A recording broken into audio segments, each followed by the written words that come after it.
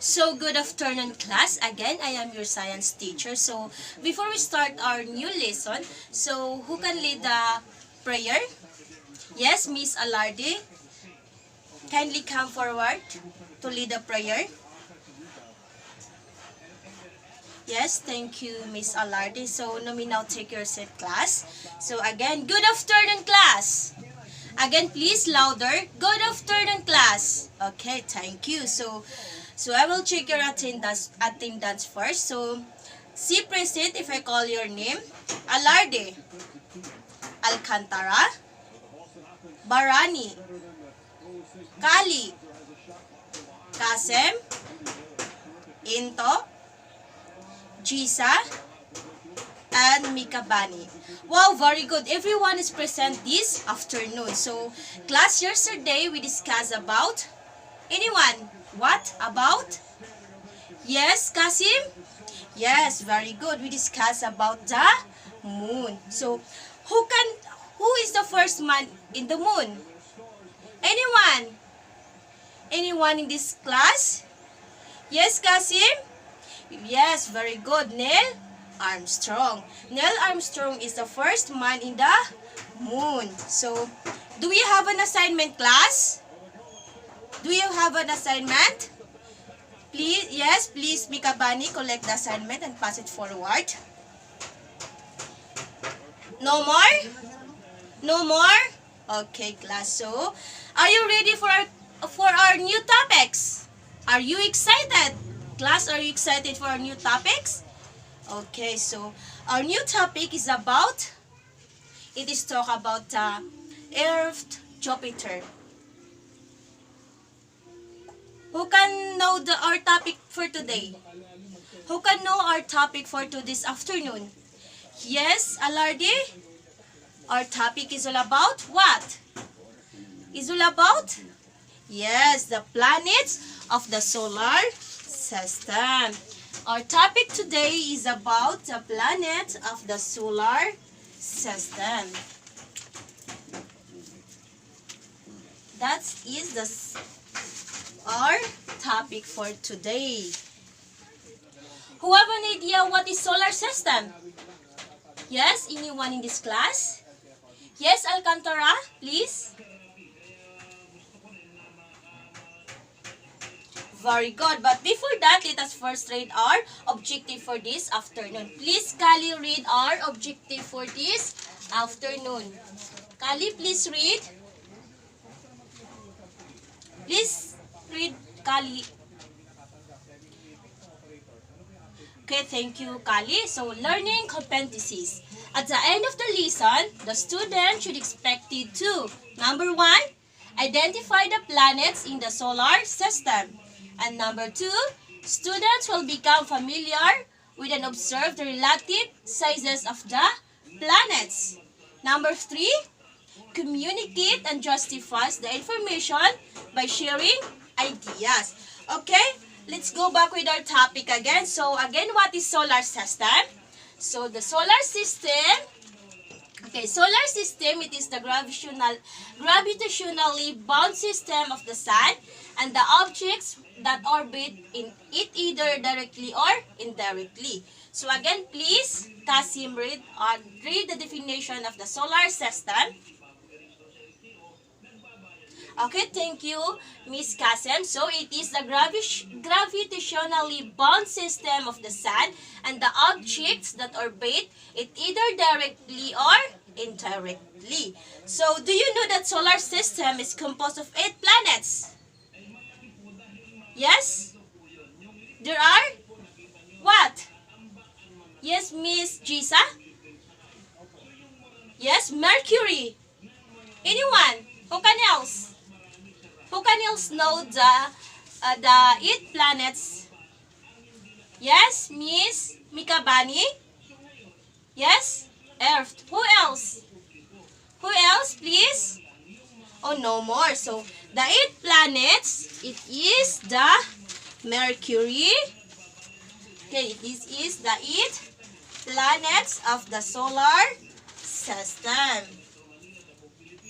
This is the 8 planets of the solar system, class.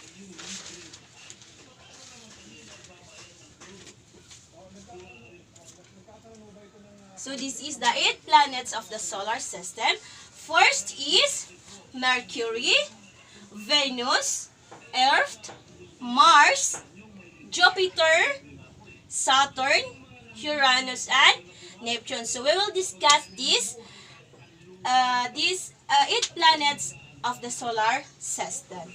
So before I discuss the 8 planets of the solar system, so I have a questions of you class. So my question, so you already know what is the definition of the solar system, and my questions is about why do we need to know and understand the planets in our solar system? Anyone in this class? Please. Anyone? Yes, Alcantara?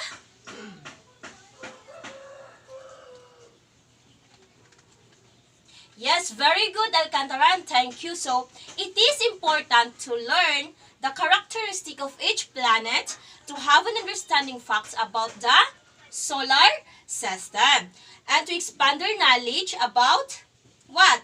That the sun is the source of all planets.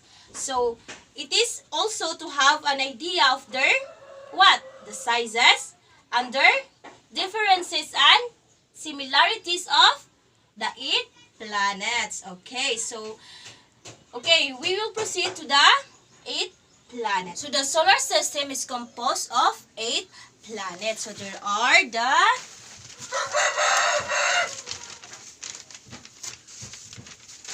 these are the 8 planets of the solar system. So, the first is the Mercury and the Venus, Earth, again, the Mars. Those are the 8 planets of the solar system class. Quiet class, please, quiet. Quiet, please. So we will first talk about, we will know, I discussed before that the sun is the source of all planets. So the first is the Mercury. So the Mercury is the first of the 4 terrestrial planets. This means it is a planet made mostly of rock. So the Mercury is the first planet of all. It's the first planet. So this means it is a planet made mostly of rock. So diameter of the Mercury is 3,332 miles or 4,879 kilometer. Kasim, please listen. Distance from sun. Please read, Kasim. Yes, thank you, Kasim. 28.5 to 43 million miles or 45.9 to 69 million kilometer. So again, please read Barani, the second one, Okay, thank you, Barani. So Venus is the one most similar to Earth. In fact, Venus is often called what? Again, Barani, what? Yes, Earth. Earth's sister planet. Venus is the most visible planet in the night sky. So please, again, read the diameter, Barani. Yes, 7,520 miles or 12,100 kilometer. And the distance from sun is about 67 million miles or 108 million kilometer. So again, please read Ito, the third. Yes, thank you, Into. The third is the Earth. So the only planet known where life exists, almost 1.5 million species of animals and plants have been discovered so far, and many more have yet to be found. Earth has perfect condition for a breathable atmosphere. So it means Earth is a breathable what? It is a perfect condition for a breathable atmosphere. So the diameter of the Earth is 7,926 miles or 12,879 30,755 kilometer. Again, the distance from Sun is 93 million miles or 150 million. So please read Kasim. Again, Kasim, please read the Mars.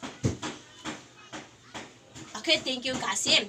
It is the fourth planet from the Sun. It is the next planet beyond Earth. So Mars is the fourth planet from the Sun. So this is the number one, this is the first, and the second, and the third, and the fourth. So fourth is the Mars.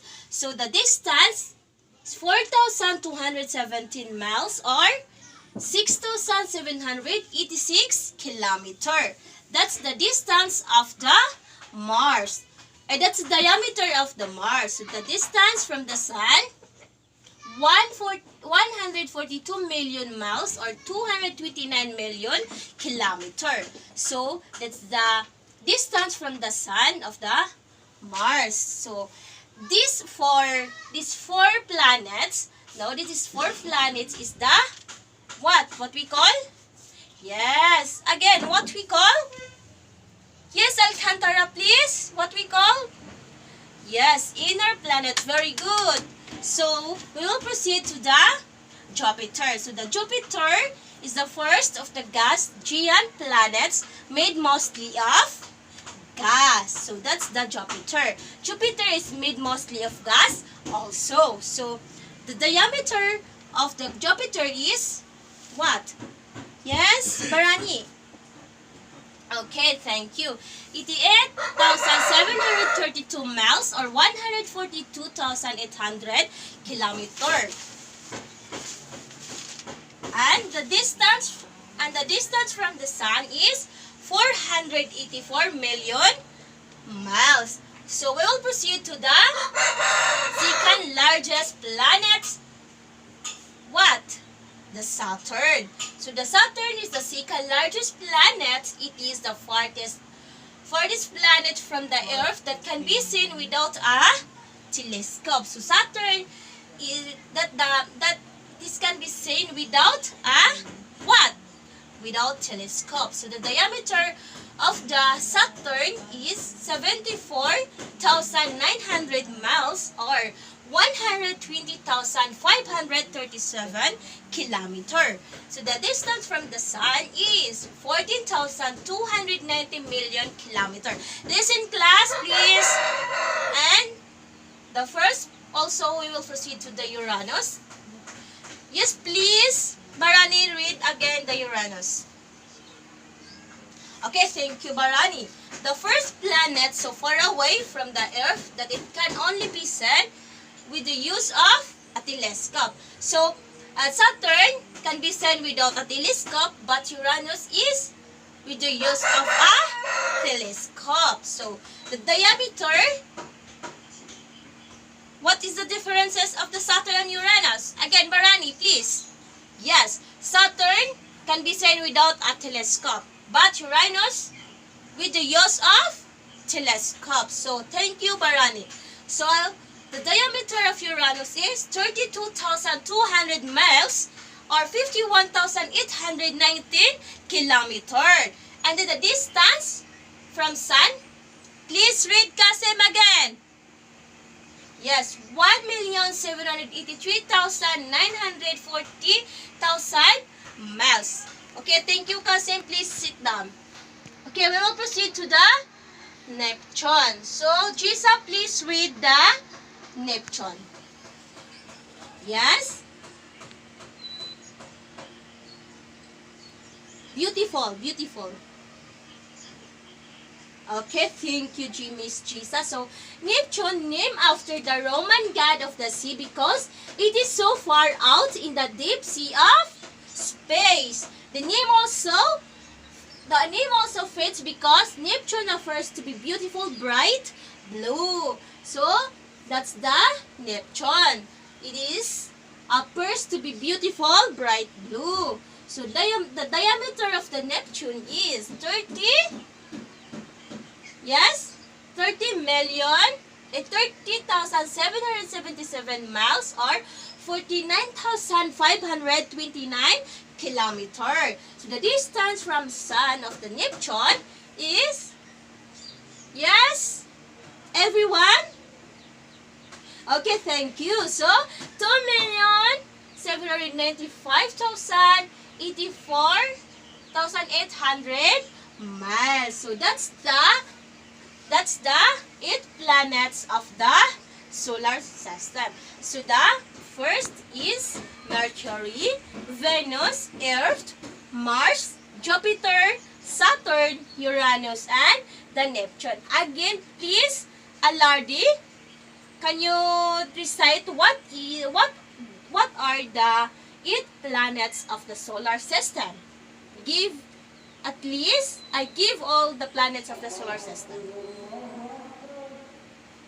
Okay, thank you, Miss Alardi. Again, Mercury, Venus, Earth, Mars, Jupiter, Saturn, Uranus, and Neptune. Please, class, study these 8 planets of the solar system because I will give you a quiz later, okay? Okay, thank you, and we will proceed to the what is the outer and the inner planets. So before I proceed to the outer and inner planets, I have a questions, class, about the 8 planets of the solar system. So, are you ready for the questions? Class, are you ready? Louder. Yes, you are. I think you are all ready. So you all are ready. So my questions. Yes, please, Barani. So my question is, what is the center of the solar system? Yes, very good, Barani. The center of the solar system is the Sun. Thank you, Barani. And number 2. Yes, please stand up, Chisa. Which planet is the hottest? Yes, very good. The hottest planet is the Venus. So, even though Mercury is closer to the Sun, but the Venus is the hottest planet in our solar system. Even though Mercury is closer to the Sun, but the Venus is the hottest planet in the solar system. So my number 3 questions is, please stand up, Mikabani. Yes, Mikabani. So my questions, are you ready, Mikabani? You are ready? Yes. So my question is, which is the smallest planet in our solar system? Yes? What? The smallest planet in our solar system, what? No coaching, please. Yes, Mikabani? Very good. The Mercury is the smallest planet in our solar system. My question number 4 is, who can answer my question number 4? Yes, please. Ento, my question is, what planets are visible by the naked eye? What? Yes, thank you, Ento. So, the first tip is we will identify the planets are possible to see without a telescope. So, the planets are possible to see without a telescope are Mercury, Venus, Mars, Jupiter, and Saturn. Those are the planets are possible to see without a telescope. So, the Mercury, Venus, Mars, Jupiter, Saturn are the 5 brightest planets in our night sky. and therefore observable by the most people. You observe that Mercury can be the hardest one to spot. Yes, the Mercury is the hardest planet one to spot. So, the Mercury is the hardest. So, thank you, Miss Into. Again, lastly, my questions number 5. Hukan. Yes, please, Alcantara. So, are you ready? Are you ready? You are ready? Yes, so, you are ready. My question number 5.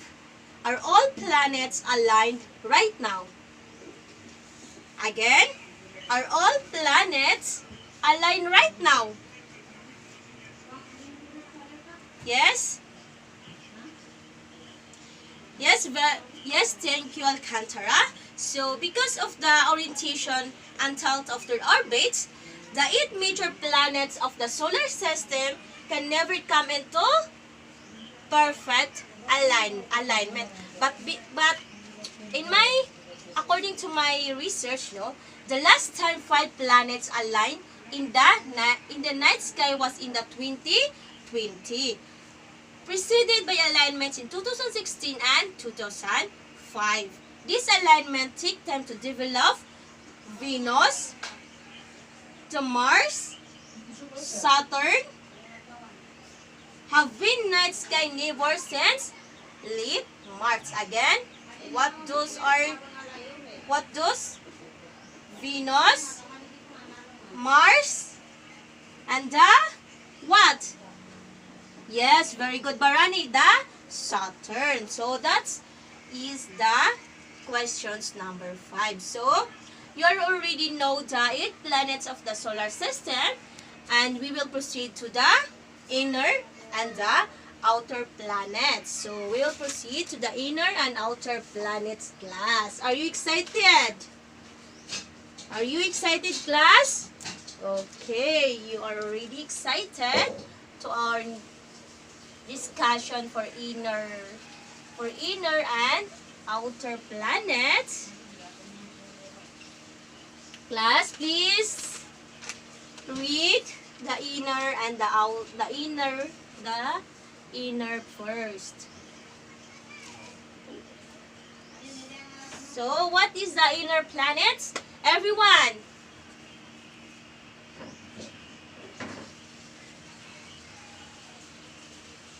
Yes, the inner planets is the first 4 planets circle the inner planets. They are near to the sun and made up of solid rock. They are also known as the terrestrial planets. If the inner planets are also known the terrestrial planets. Please study this one, class.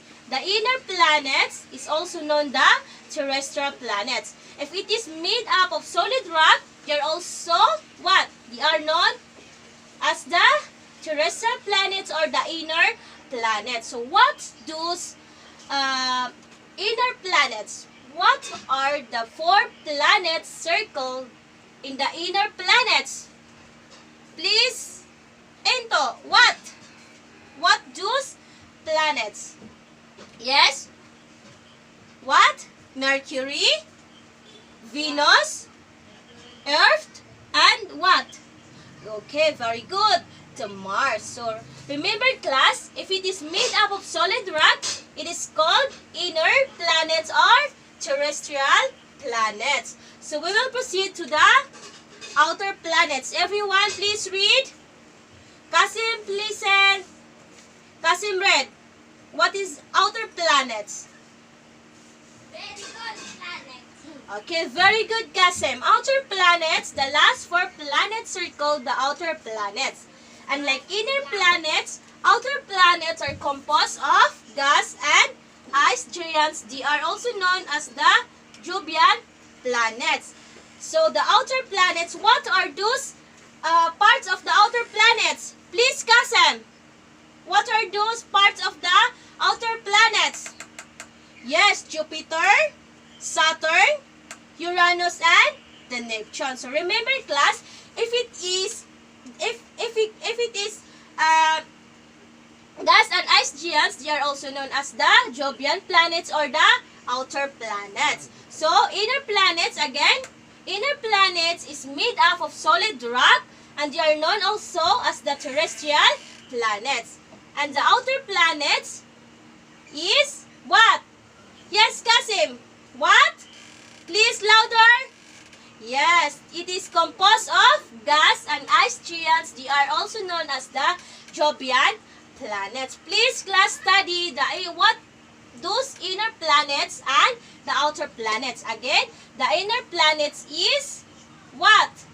Mercury, Venus, Earth, and Mars. And the outer planets, what? The last four planet circle, the outer planets are what?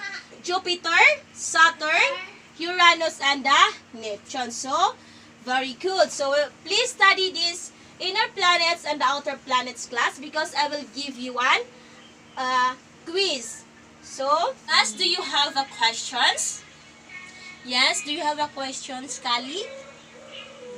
Yes, Kali, do you have a questions about our topics today? Yes, please stand up. Please louder. Okay, so it means your question is why Pluto is not considered as a planet. So you observe that the Pluto is not here at the 8 planets in the planets of the solar system because the Pluto is not classified as a dwarf planet because while it is a large enough to have become spherical, it is not big enough to exert its orbital dominance and clear the neighborhood surrounding its orbit. So as you can say, the Pluto is not here at the planets of the solar system because it is large enough to have become spherical. Also, it is not big enough to exert its orbital dominance and clear the neighborhood surrounding its orbits. That's why the Pluto is not considered as a planet. Yes? Yes? So class, you are already understand and know the inner planets and the outer planets. I will group you into 3 groups. Yes? Please count 1, 2, 3. We will start in the last row. Yes, Mika Bani, please count 1, 2, 3. 1, 2, your 3 kali. 3. 1, 2, 3. 1, 2, 3. 1, 2, 3.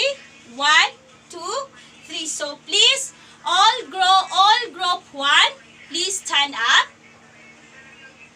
The group 2 and the group 3. So group 1, please here. And the group 2, please here.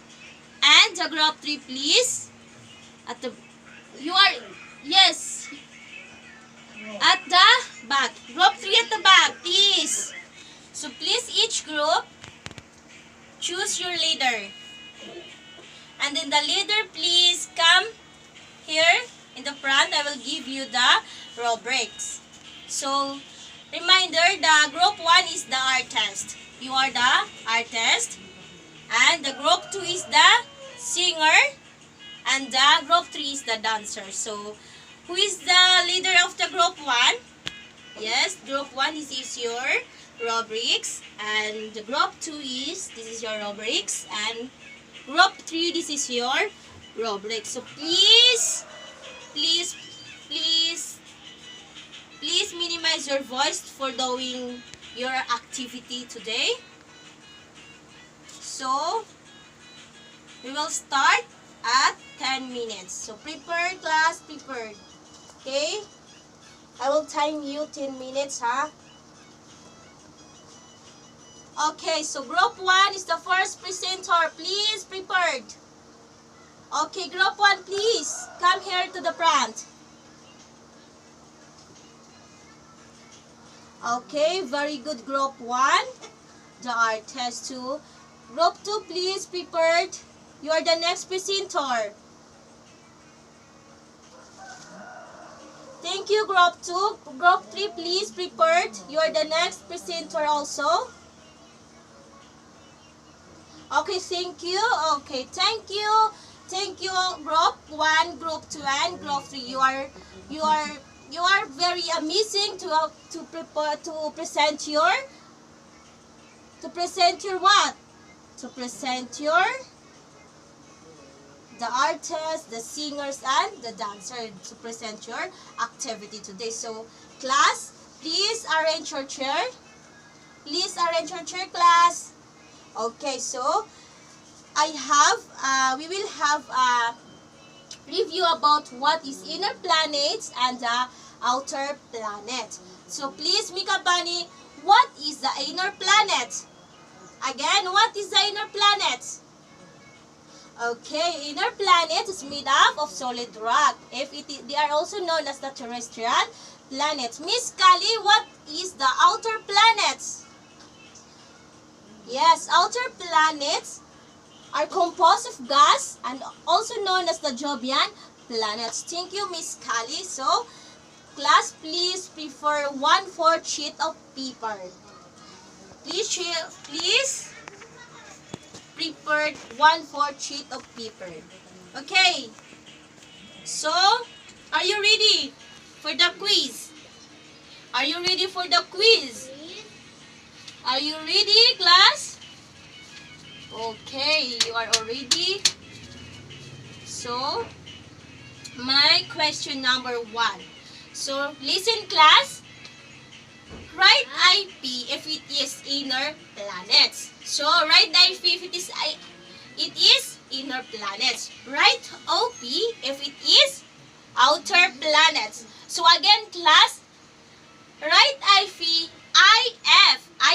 if it is what? Inner planets. IP if it is inner planets. And write OP if it is outer planets. So, number 1 question. No cheating, please. Number 1. Venus is the hottest planet in our solar system. What is that? IP or OP? Again, IP is inner planets and OP is outer planets. So we'll proceed to the number 2 question. Okay. Number 2, made up of mostly gas. Yes, made up of mostly gas. Okay, are you done? Okay. Number 3, there are planets closest to the sun. Planets that's closest to the sun. What is that? IP or OP? Okay, we will proceed to the number 4. Also mainly form out of hydrogen. Also mainly form out of hydrogen. What is that? IP or OP? Okay, we will proceed to the number 5. Known as the terrestrial planets. What is that? It is known as the terrestrial planets, class. Yes, okay. Are you done? Are you done answering? Are you done copying? Oh, are you done answering, class? Okay, please pass it forward. 1, 2, 3, 4, 5. Okay, thank you. And so before I end this class, I have an activity on you, class. So your activity is, you can pass your activity next week. So listen, class, listen, please. Everyone listen to me. Before I end this class, I give you an activity. So the activity, listen. So the activity is using cartolina or pencil-colored pencil paint, draw the model of solar system and explain each model. Please write this in your notebook, class. Again, I repeated. Using cartolina pencil-colored pencil paint, draw the model of solar system and explain each model. Again, please, Alcantara, what the materials you can use? You can use if you want, if you, in your activity. What? Please. What? Cartolina, pencil colored, pencil, pentel pen. Okay, thank you. So again, I repeat it again. Using cartolina and pencil pen, pencil, pentel pen, draw the model of solar system and explain each model. So the activity class, you can pass it by next week class. So that's all for this class, and I hope you can learn the discussion today, the discussion for this afternoon. So class, thank you and God bless everyone.